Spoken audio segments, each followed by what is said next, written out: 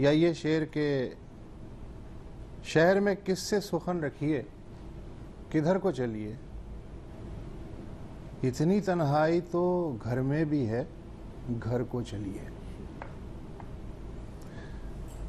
یہ راہ تمنا ہے یہاں دیکھ کے چلنا، اس راہ میں سر ملتے ہیں پتھر نہیں ملتا۔ میں ایک شجر کی طرح رہ گزر میں ٹھہرا ہوں، تھکن اتار کے تو کس طرف روانہ ہوا۔ اسی طرح شعر ہیں، یہ بھی آپ نے سن رکھا ہوگا بلکہ بارہا سنا ہوگا، تجھے کیا خبر میرے بے خبر، میرا سلسلہ کوئی اور ہے، جو مجھی کو مجھ سے بہم کرے وہ گریز پا کوئی اور ہے، وہ ہم سفر تھا مگر اس سے ہم نوائی نہ تھی۔ یہ تو آپ کو خیر یاد ہی ہوگا۔ میں کہنا کیا چاہ رہا ہوں، میں کہنا یہ چاہ رہا ہوں کہ یہ جو اتنے خوبصورت شعر میں آپ کو سنا رہا ہوں، ان کے معمار خوش قسمتی سے آج ہمارے ہاتھ آ گئے ہیں نصیر ترابی صاحب۔ بہت شکریہ، بہت شکریہ، آپ نے یاد آوری کا شکریہ، بہت اعزاز کی بات۔ یہ زرار کھوڑو جی السلام علیکم۔ اچھا، رینڈم ہے، ہاں بالکل، کوئی تقدیم و تاخیر نہیں بہت اچھا ہے۔ کیا کرنا ہے کیا نہیں مجھے بھی نہیں پتا۔ دیکھیے ادب کا معاملہ سارا برجستگی کا ہے۔ جی بے شک، جو سوال میرے ذہن میں جس ترتیب سے آئے گا، جو بھی بات آئے گی، مثلا اس وقت میرے ذہن میں یہ سوال آ رہا ہے کہ میرے سامنے بیٹھے ہیں نصیر ترابی، آپ ایک بڑے باپ کے بیٹے ہیں، علامہ رشید ترابی کے بیٹے، جو ایک ٹرینڈ سیٹر ہیں اور جن کے سائے سے اب تک جو ذاکر ہیں یا باقی جو پڑھت کا جو انداز ہے اس سے آج تک نکل نہیں پائے۔ وجہ اچھا، یہ بہت آسان ہوتا اگر میں یہ کہہ دیتا کہ صاحب یہ نصیر ترابی ہیں، یا علامہ رشید ترابی کو تو آپ جانتے ہوں گے، یہ ان کے صاحبزادے ہیں، لیکن میں یہ آپ سے جاننا چاہ رہا ہوں کہ آج جب میں یہ بات کہتا ہوں کسی سے کہ نصیر ترابی، تو اس کے ذہن میں رشید ترابی نہیں آتے، نصیر ترابی کی شبیہ آتی ہے۔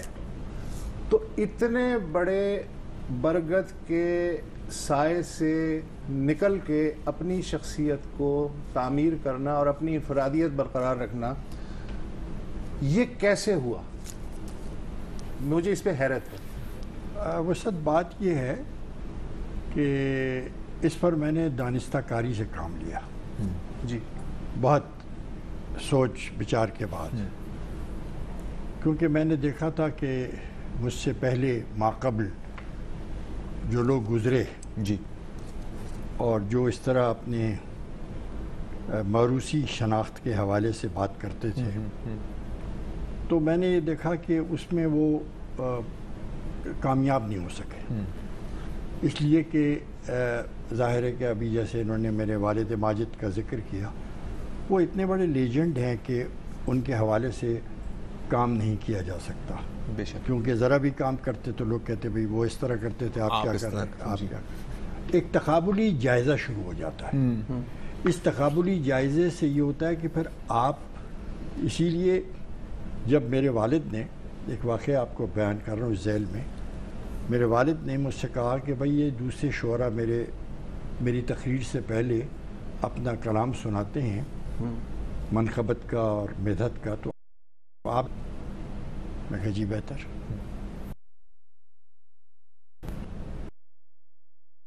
کچھ دن بھئی آپ 10 مجھے وہ دکھائیے لکھ کر کلام، اور یہ آپ کی آڈینس ہے، تو ظاہر ہے، تو میں یہ سن کر اس دن سیدھا چلا گیا اپنے استاد زید بخاری کے پاس۔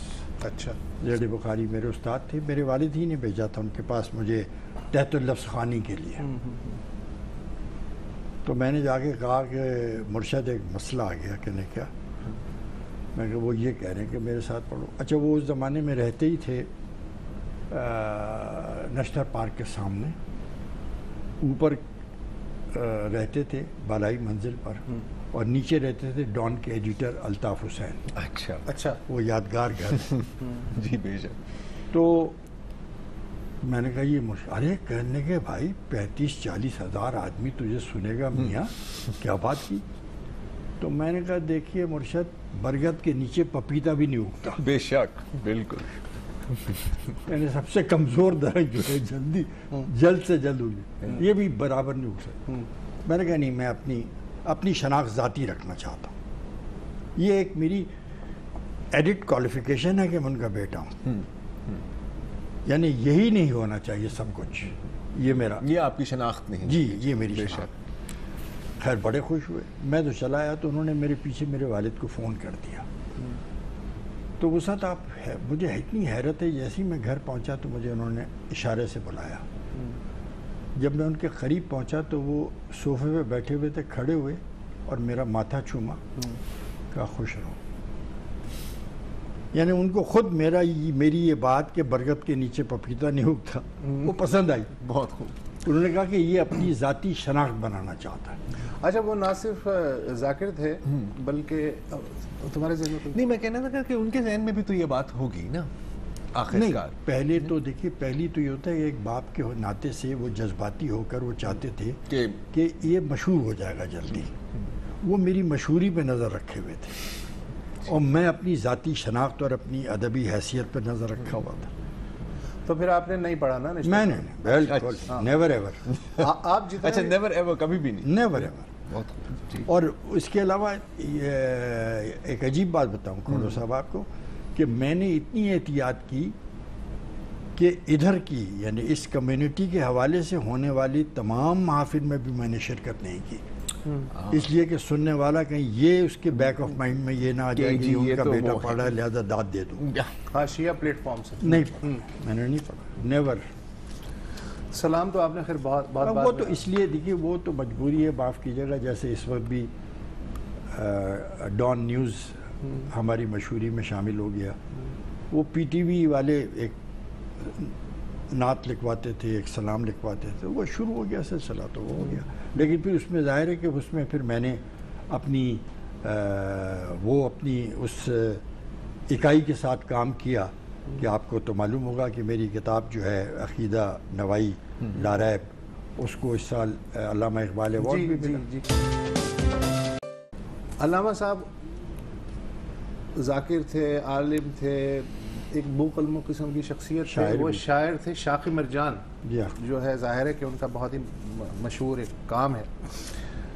آپ کے جہاں تک میری معلومات ہیں، آپ ماشاءاللہ جتنے بھی بھائی ہیں یا بہنیں ہیں، ان میں سے کوئی سوائے آپ کے شعر نہیں کہتا. کیا یہ بات درست ہے؟ بالکل. آپ کیسے آ گئے اس طرح؟ شعر کی طرح، شاعری کی طرح. جی. اصل میں بنیادی طور پر میں سندھ مدرسۃ الاسلام اسکول میں پڑھتا تھا. جی. تو کام میں نے ڈیبیٹ سے شروع کیا تھا. جی. تو ایک انٹر کلاس ڈیبیٹ ہوئی سنیما بینی کے فوائد پر. اس میں مجھے 3rd پوزیشن ملی. تو دوسرے دن جب رول کال ہو رہا تھا تو میرے کلاس ٹیچر نے جیسے ہی میں کھڑا ہوا تو مجھ سے کہنے کہ آپ کے اپنے باپ سے اچھی لکھوا کے لانا. واہ. اچھا. تو بس میرا دماغ گھوم گیا. ہاں بالکل. یہ میرا ٹرننگ پوائنٹ تھا. کیا مطلب آپ کا؟ خیر وہ میں نے سوچا کہ یہ اتنی چھوٹی سی بات کیا ہے. تو میں نے ترک کر دی ڈیبیٹ. مجھے بار بار انٹر اسکولس کے لیے بھی سلیکٹ کرتے رہے، میں نے منع کر دیا. میں نے نہیں جانا. تو آخر مجھے پرنسپل نے بلا کے پوچھا کیوں کہہ رہے ہو؟ میں کہا صاحب یہ سمجھ میں نہیں آ رہا ہے مجھے کہ اگر میں پہلا انعام حاصل کروں تو کریڈٹ باپ کو جائے گا، اور اگر انعام نہ حاصل کر سکا تو میرا باپ ڈسکریڈٹ ہو گا. تو ان دونوں سروں میں کہیں نہیں ہوں. میں نہ ادھر ہوں نہ ادھر. بالکل. تو میں نے کہا میں ہونا چاہتا ہوں. تو کہنے اب کیا کرو گے ہونے کے لیے؟ تو میں نے کہا صاحب کچھ اور کام کریں گے. تو پھر کھوڑو صاحب میں نے پیروڈی شروع کر دی. اچھا جی. غالب کی، اس کی، اس کی. آپ کو پتہ ہے کہ شعروں میں گندے لفظ رکھنا تو بہت آسان ہوتا ہے. تو بس ابے تبے شروع کر دیا. تو وہ بڑا ہمارے کینٹین میں بہت چرچا ہوا بڑا بالکل. اور ایک دم پھر اس کے بعد اتفاق سے وہ اسکول کا میگزین آ رہا تھا, اس میں ریکویسٹ کی انہوں نے, جب کہا کہ بھئی آپ تو کہتے ہیں, پھر میں نے غزل کہہ دی. اس غزل کا بڑا امتحان لیا میرے والد نے, مجھ سے پوچھا اس لفظ کے کیا معنی ہیں, اس لفظ کے کیا معنی ہیں, اس لفظ کے کیا معنی ہیں. پھر ایک لفظ پہ کہا کہ اگر اس کی جگہ یہ لفظ لکھتے تو کیا شعر اچھا نہ ہوتا. میں نے کہا نہیں, یہ ڈی میٹر ہو جاتا. میں نے یہ نہیں کہا کہ بحر سے خارج ہوتا. جب میں نے ڈی میٹر کہا تو انہوں نے ذرا مجھے دیکھا, اور اس کے بعد پھر پڑھنے کی طرف چلا کیا کہ یہ پڑھو, وہ پڑھو, فلاں پڑھو, اور اس پر بھی زور دیا کہ فارسی ضرور کیونکہ ڈکشن نہیں بنتا بغیر فارسی کے. تو میں نے ظاہر ہے کہ آغا سروش مرحوم میرے استاد تھے فارسی کے, ان سے شروع کیا تو میں نے, خیر بہرحال چلتا رہا. آپ کے بارے میں ایک تاثر ہے, ماشاءاللہ اس وقت آپ 74-75 سال کے ہیں. جی ہاں. 75 سال کا ایک ایسا شخص, ایک بھرپور شخص, اور صرف شاعری کے 2 مجموعے. آپ ریلکٹنٹ ہیں, خوفزدہ ہیں, محتاط ہیں. مطلب میں ایسے لوگوں کو جو آپ بھی جانتے ہیں کہ 50 سال ان کی عمر ہے اور 50 مجموعے ہیں ان کے, ٹھیک ہے, پہلی مجموعہ میں. اچھا, اور ایسا بھی نہیں ہے کہ آپ کوئی تک بند ہیں, ایسا بھی نہیں ہے کہ آپ نے جو ہے بس آرڈر پہ جیسے مٹھائی تیار کی جاتی ہے اس طرح لکھنے والے بھی نہیں ہیں.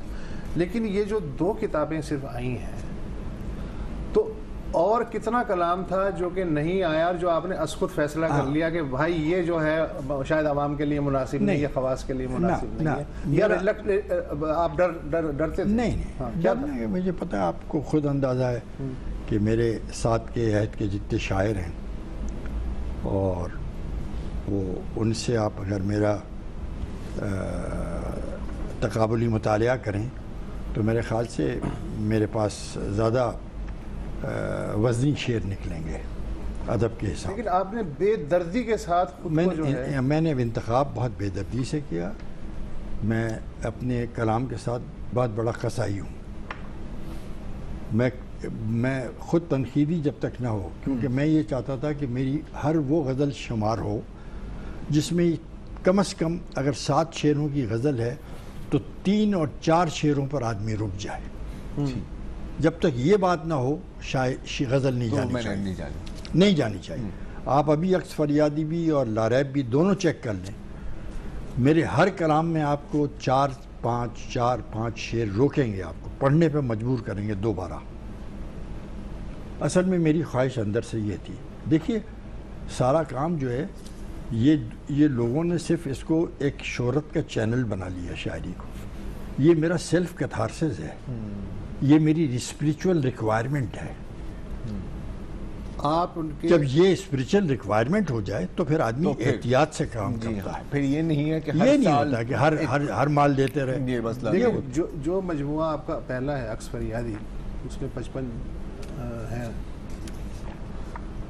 اور بقول آپ کے تھوڑی دیر پہلے آپ نے خود ذکر کیا کہ وہ جو میں نے 150 غزلیں کاٹی ہیں, 150, اور میرے قریب ترین جو لوگ تھے اس انتخاب کے زمانے میں ان سب کو پتہ ہے, وہ کہتے تھے وہ بھی لے لو. ابھی آپ نے ایک غزل کے ایسے کوٹ کیا میرا شعر جو میں نے چھاپا ہی نہیں. میں ایک شجر کی طرح آپ کو سمجھ نہیں, یہ انہوں نے انتخاب کیا. تھکن اتار کے تو کس طرف روانہ ہوا, اس کی بات کر رہا ہوں. یہ نہیں ہے آپ کے نہیں. تو میں اسی لیے کہہ رہا ہوں کہ آپ کو اس قصائی پنے کا حق کس نے دیا؟ ہاں, آپ مجھے کیوں محروم کر رہے ہیں اس شعر سے کہ آپ کے مجموعے میں نہیں ہے؟ یہ بتاؤں آپ کو, یہ بات بتاؤں کہ میں آپ کے ذوق کی تربیت کی ذمہ داری بھی میری ہے.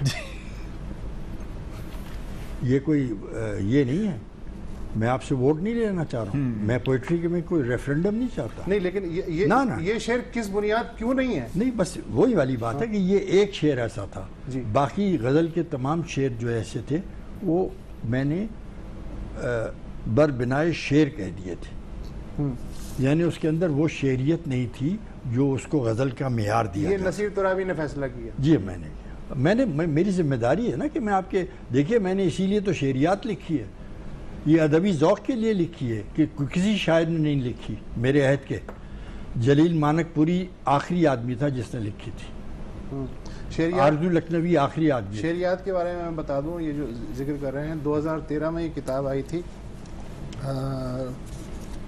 یہ جو ہے اردو لسانیات, اس کی جو بنیادی چیزیں ہیں, ایلیمنٹس ہیں, ان کو بہت آسان فہم الفاظ میں نئے نسل کے خاطر انہوں نے مرتب کیا. جو بورڈ آف انٹرمیڈیٹ ہے سندھ کا, اس نے اسے سلیبس کے لیے ریکمینڈ کیا, انٹرمیڈیٹ کے سلیبس کے لیے. پھر اس کا 2014 میں دوسرا ایڈیشن بھی آیا ہے. تو یہ تو آپ کا ایک الگ کام ہے. نہیں, مگر یہ کام جو ہے, آپ یہ بتائیے کہ میرے علاوہ کسی نے ایک مضمون کی خاطر بھی کسی رسالے میں چھپا ہے؟ میں نے تو بھائی پوری کتاب 7 سال کی ریسرچ پہ کیا ہے. یہ میری 7 سالہ محنت ہے بھائی. آج کی جو نسل ہے, ہو سکتا ہے اسے معلوم ہو, لیکن فرض کر لیا جاتا ہے کہ اسے نہیں معلوم. مثلا آپ اپنے جو دور کے مشاہیر تھے ان کے ساتھ آپ کا وقت گزرا, اور اب تو آپ جیسے لوگ بھی دیکھیے, اب آپ کو میں بتاؤں, یہاں سے شروع کرتا ہوں تاکہ اس لیے آپ کو آسانی ہو جائے ٹریک. کہ 1962 میں فیض صاحب لینن پیس پرائز لے کے کراچی آئے. ٹھیک ہے. اور بیگم آمنہ مجید ملک کے یہاں اسٹے کیا. تو میں اس زمانے میں اپنے کالج میں, جنا کالج میں بزم ادب لک آفٹر کرتا تھا. ٹھیک. تو پتہ نہیں کیوں رو آئی میرے اخبار میں دیکھا تھا, تو میں پہنچ گیا فیض صاحب کے پاس. اور جس دن وہ صبح پہنچے تھے تو میں نے کہا صاحب وہ کل ہم چاہتے ہیں کہ, تو فیض صاحب اسی بات پر خوش ہو گئے کہ میں اسٹوڈنٹس نے مجھے انوائٹ کیا. یعنی پہلا فنکشن میں کسی اسٹوڈنٹس کمیونٹی کا کر رہا ہوں. ظاہر ہے اس مزاج کے آدمی تھے, راضی ہو گئے. دوسرے دن ہم لیا تو پھر وہ میرے والد سے ملنے آئے. تو پھر آنا جانا شروع ہو گیا. نشستیں ہمارے گھر کی جو ہوتی تھیں اس میں شریک ہو گئے. تو پھر یہ ہوا کہ بعد میں جب میں فیض صاحب ہی کی سفارش پر سبت حسن نے مجھے EFU میں PRO لیا, تو وہاں پر پھر مصطفیٰ زیدی درپے ہو گیا کہ یادوں کی بارات میرے مرشد کی چھاپو. تو میں نے کہا میں بہت چھوٹا آدمی ہوں, آپ بات کر لیں خود سبت حسن سے. کیونکہ سب سے پہلے مصطفیٰ زیدی نے کوشش کی تھی اس کو فیروز سن سے چھپوانے کی, یادوں کی بارات کو. جی ہاں. تو فیروز سن والے کو چھاپتے نہیں, یعنی فیروز سن سے ایک وہ جمیل نشتر کے ذریعے ایک ٹانکا لگایا تھا انہوں نے, سفارش تھی. تو جب مگر چونکہ جوش صاحب 20,000 روپے ایڈوانس مانگ رہے تھے. ٹھیک. تو انہوں نے کہا یہ ہمارے پاس گنجائش نہیں ہے اس کی ایڈوانس کی. وہ ایسا ہی وقت تھا. خیر پھر اس کے بعد نیشنل بینک سے کوشش کی ممتاز حسن کے ذریعے, مگر ممتاز حسن ذرا ذہین آدمی تھے. انہوں نے کہا یار یہ ایڈوانس دیں گے تو پھر جوش صاحب کی جارحانہ کلامی سے محفوظ کیسے رہا جی. تو انہوں نے کہا کہ وہ بھی, تو ابھی ادھر میری جب جیسی میری بات ہوئی تو وہ جو تھے ڈان میں صفدر بلاس ہوتے تھے, انہوں نے مصطفیٰ کو بتایا کہ وہ نصیر وہاں آ گیا. تو وہ میرے پیچھے پڑ گیا, تم نے کیوں نہیں بتایا یہ وہ. خیر میں نے کہا آپ بات کریں سبت حسن صاحب سے. تو انہوں نے بات کی, سبت حسن نے پھر بات کی بھیب جی صاحب سے اور بورڈ والوں سے. تو اس معاملے میں جوش صاحب نزدیک ہو گئے. تو جوش صاحب بعض ایسے رقیق جملے لکھتے تھے خود بہت بڑی شخصیتوں کے لیے کہ جو ہم نہیں چھاپ سکتے تھے. تو پروف لے کے جانا پڑتا تھا مجھے جوش صاحب. تو ایک کسی بہت بڑے عالم دین کے خلاف انہوں نے لکھ دیا تھا. تو بس تم نہیں جانتے, بس رہنے دو. تو سبت حسن نے کہا کہ بھائی دیکھو اب اس کو پیسٹنگ میں نکال دینا, اس چکر میں مت جاؤ. بالکل. میں نے کہا آپ کو پتہ نہیں یہ پریس کانفرنس کر دیں گے, پھر کیا ہوگا, یہ کھڑے ہو جائیں گے. جی ہاں. تو جب میں نے دیکھا یہ مان نہیں رہے, یہ فلاں بات, تو ایک دن شام کو میں پہنچا تو سرور بارابنکی بیٹھے ہوئے تھے جوش صاحب کے. سرور بارابنکی مرحوم. میں نے کہا سرور بھائی برنارڈ رسل جھوٹ اس لیے نہیں بولتا، وہ زندہ تھا، میں کہا جھوٹ اس لیے نہیں بولتا کہ اسے حضرت عیسیٰ کی ہدایت پر عمل نہیں کرتا ہوا، بلکہ اس کی اب پرسنالٹی افورڈ نہیں کرتی جھوٹ بولنا، کہنے لگتی یہ بات کاٹ دو میری لائن۔ او سرور پریشان ہو گئے، یہ کیا بات ہو گئی؟ تو ساری لائنیں میں نے اس ایک جملے کی آڑ میں کٹوا دی۔ اچھا ہاں کہ اب آپ کی شخصیت یہ افورڈ نہیں کر سکتی، ان کے اس کو ریئلائز کیا انہوں نے۔ شعری پیمانے میں کہاں دیکھتے ہیں آپ جوش کو؟ بڑا آدمی ہے جوش، بڑا آدمی ہے جوش صاحب کا، یعنی جتنا بڑا البم جوش صاحب کا ہے اردو لٹریچر کے کسی آدمی کے پاس اتنا بڑا البم نہیں ہے۔ موسم اس کے پاس ہیں، تہوار اس کے پاس ہیں، جانوروں کی بولیاں، کوئی چیز آپ دیکھیں۔ کبھی آپ کے ذہن میں آیا کہ مجھے بھی نظم لکھنی چاہیے؟ نظم میں نے لکھی تھی، لیکن ناصر کاظمی کے مشورے پر میں نے نظم ترک کر دی۔ ناصر کاظمی کو سنا رہا تھا اپنی نظم 1969 میں، تو ناصر کاظمی نے مجھ سے کہا کہ کیا تمہیں اپنی غزل پر اعتماد نہیں ہے؟ جیسے انہوں نے یہ جملہ کہا میں نے کہا کیوں؟ کہنے کہ ساری نظم کی ٹریٹمنٹ بھی غزل کی کر رہے ہو، کہنے یہ فیض کو سوٹ کرتا ہے نظم کی ٹریٹمنٹ غزل میں کرنا، آپ کو نہیں۔ یعنی فیض صاحب کی جتنی نظمیں ہیں وہ غزل کی ٹریٹمنٹ میں ہیں۔ یہ وہی برٹرنڈ رسل والی بات ہوگی۔ تو میں نے پھر ترک کر دیا، تو اچھا ہوا میرے غزل پہ میں زور دینے لگا۔ اور پھر میرے لیے اعزاز کی بات ہے کہ جب میں پہلی دفعہ شہزاد احمد سے ملا تو میں نے ہاتھ ملاتے ہوئے نام بتایا، تو ارے کہنے کہ تم سے پہلے تو تمہارا شعر ناصر کاظمی نے آ کے سنایا لاہور۔ یہ بڑے اعزاز کی بات ہے کہ یار، اور میری خوش قسمتی یہ ہے کھوڑو صاحب اور وسعت کہ مجھے میرے سینئرز نے مجھے بڑا پروموٹ کیا، سراج ظفر نے کیا، ناصر کاظمی نے کیا، خود مصطفیٰ زیدی۔ تخلیق کاروں کو، شاعروں کو، ادیبوں کو کیا سوسائٹی دانستہ پیچھے دھکیلتی ہے ایک زمانے میں یا نہیں دھکیلتی؟ نہیں، اس کی وجہ یہ ہے نا کہ دیکھیے معاف کیجیے گا نا، اس والے جو پوری جہاں پر ساری معاشرے میں ایزی منی سائیکی ہو، وہ ایزی منی کے لیے ساری اسٹرگل کر رہا ہے، وہ کتاب کے پیچھے نہیں جا رہا ہے۔ وہ تو جی پورا کلچر اور آپ یہ بات کر رہے ہیں، میں جس طرح بیٹھا ہوں اس وقت پیر پہ پیر ڈالے، ابھی میں ٹی وی پہ دیکھ رہا تھا کہ شہباز شریف بیٹھے میں تو سامنے ان کا بیٹا بیٹھا ہوا ہے سلمان شہباز، اور وہ ایسے پیر پہ پیر رکھ کے بیٹھا ہے۔ میں نے اپنے بیٹے سے کہا کہ میں کبھی اس طرح اپنے باپ کے سامنے نہیں بیٹھ سکتا تھا، خود میرا بیٹا چونکہ نہیں بیٹھتا۔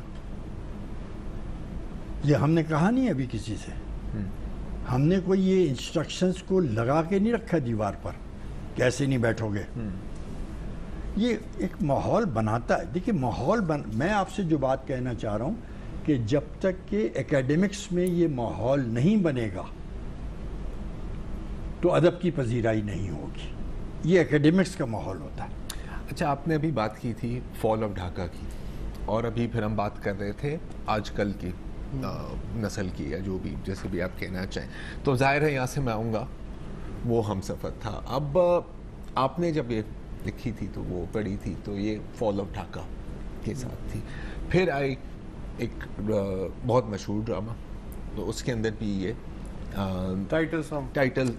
ہاں لیکن کھوڑو اس کو میں نے نہیں لکھا تھا، نہیں میں نے تو غزل لکھی تھی اور اکثر یادی میں نے شامل کر دی تھی، اور اس نظم پہ تو مجھے یہ اعزاز حاصل ہے کہ جس دن میں نے یہ غزل کہی تھی وہ تھا 16 دسمبر 1971، اور اسی شام کو سبت حسن کے گھر چونکہ بہت اداس فضا تھی، فال کا اعلان ہو گیا تھا، تو ایک محفل ہوئی تھی، وہاں بار بار مجھ سے سنی گئی، اور فیض صاحب مجھ سے کہتے تھے پھر پڑھنا بھائی، پھر پڑھنا بھائی۔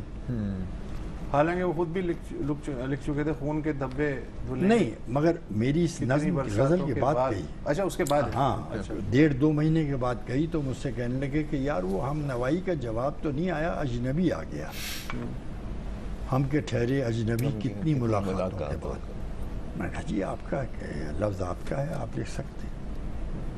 تو میرے یہ کہنے کا مطلب یہ ہے کہ دیکھیے آپ ماحول اگر بنائیں گے، آپ گھر میں جیسے آپ کا گھر ہے، آپ ہر وقت انسٹرکشن نہیں دیتے بچوں کو، بالکل نہ ہی دینی چاہیے، نہ دینی چاہیے، وہ آپ کے اٹھنے بیٹھنے، اپنی گھر میں کس بات پر آپ خاموش ہو جاتے ہیں، کس بات پر آپ مسکراتے ہیں، اس سے ساری چیزوں کو وہ کلیکٹ کرتے رہتے ہیں۔ بالکل ایک ماحول ہوتا ہے یہ۔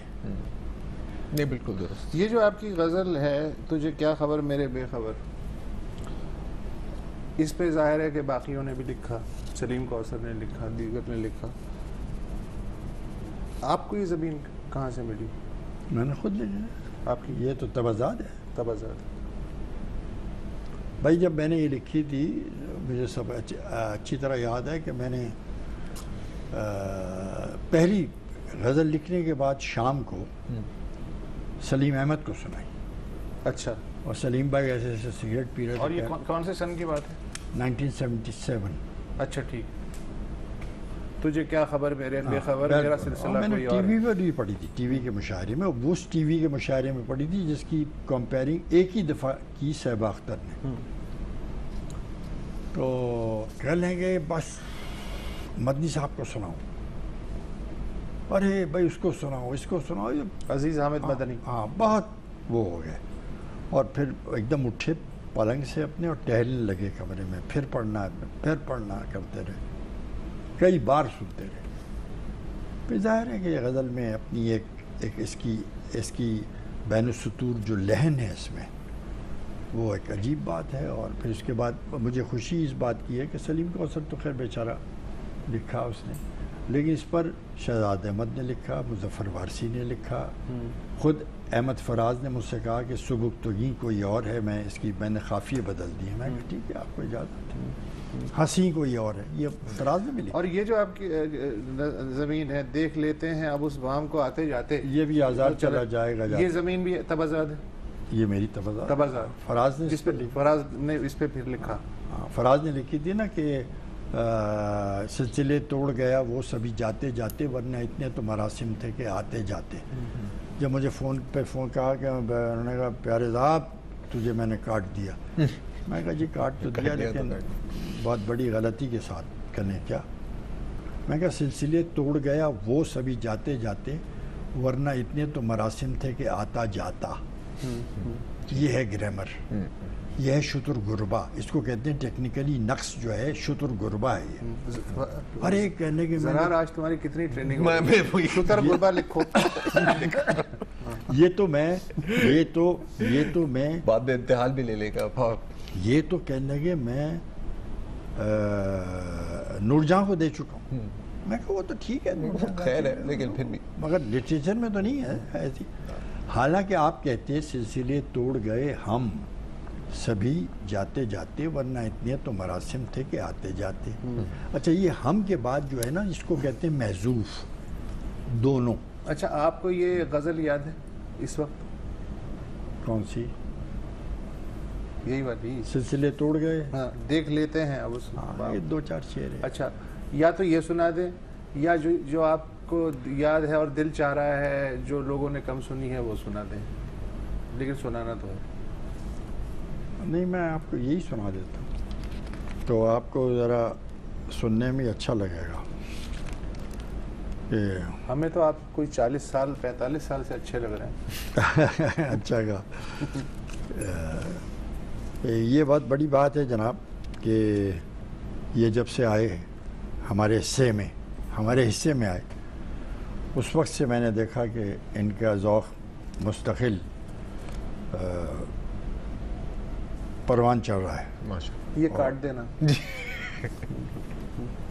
چونکہ میں سمجھ رہا ہوں کہ کھوڑو صاحب کا یہی احسان ہے کہ میرا شعر سن رہے ہیں، اب سمجھ رہے ہیں یا نہیں سمجھ رہے ہیں یہ دوسری بحث ہے نا۔ آپ سنائیے۔ ایسا ہی دیکھ لیتے ہیں اب اس بام کو آتے جاتے، واہ، دیکھ لیتے ہیں اب اس بام کو آتے جاتے، یہ بھی آزار چلا جائے گا جاتے جاتے۔ واہ، دل کے سب نقش تھے ہاتھوں کی لکیروں جیسے، دل کے سب نقش تھے ہاتھوں کی لکیروں جیسے، نقش پا ہوتے تو ممکن تھا مٹاتے جاتے۔ واہ، دل کے سب نقش تھے ہاتھوں کی لکیروں جیسے، نقش پا ہوتے تو ممکن تھا مٹاتے جاتے، تھی کبھی راہ جو ہمراہ گزرنے والی، تھی کبھی راہ جو ہمراہ گزرنے والی، اب حذر ہوتا ہے اس راہ سے آتے جاتے، اب حذر ہوتا ہے اس راہ سے آتے جاتے، شہر بے مہر کبھی ہم کو بھی مہلت دیتا، واہ، شہر بے مہر کبھی ہم کو بھی مہلت دیتا، ایک دیا ہم بھی کسی رخ سے جلاتے جاتے۔ جب فراز نے یہ شعر سنایا کہ اپنے حصے کی بھی ایک شمع جلاتے جاتے، اس میں لکھا انہوں نے، کہنے یہ کیسا ہے؟ تو میں نے کہا اصل میں ہم صرف بقرعید میں گائے میں حصہ ڈالتے ہیں اور کسی چیز میں حصہ نہیں ڈالتے، اپنے حصے کی بھی ایک شمع جلاتے جاتے۔ پارے ابرے گریزاں تھے کہ موسم اپنے، پارے ابرے گریزاں تھے کہ موسم اپنے، دور بھی رہتے مگر پاس بھی آتے جاتے، ہر گھڑی ایک جدا غم ہے جدائی اس کی، ہر گھڑی ایک جدا غم ہے جدائی اس کی، غم کی میعاد بھی وہ لے گیا جاتے جاتے، کیا کہ اس کے کوچے میں بھی ہو راہ سے بے راہ نصیر، اس کے کوچے میں بھی ہو راہ سے بے راہ نصیر، اتنے آئے تھے تو آواز لگاتے جاتے، کیا کہنے، کیا کہنے، دیکھ لیتے ہیں اب اس بام کو آتے جاتے، یہ بھی آزار، یہ بھی آزار چلا جائے گا جاتے جاتے۔ میرا تو جانے کو دل نہیں چاہ رہا،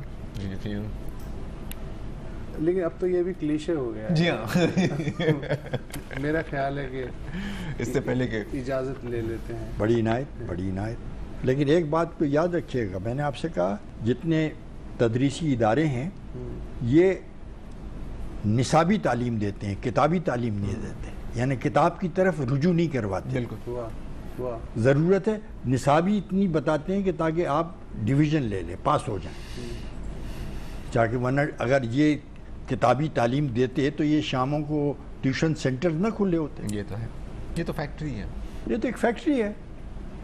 ٹھیک، آپ کا بہت بہت شکریہ، اور خاص طور پہ کھوڑو صاحب کا بہت شکریہ کہ آؤٹ آف دا وے انہوں نے اپنا وقت دیا مجھے۔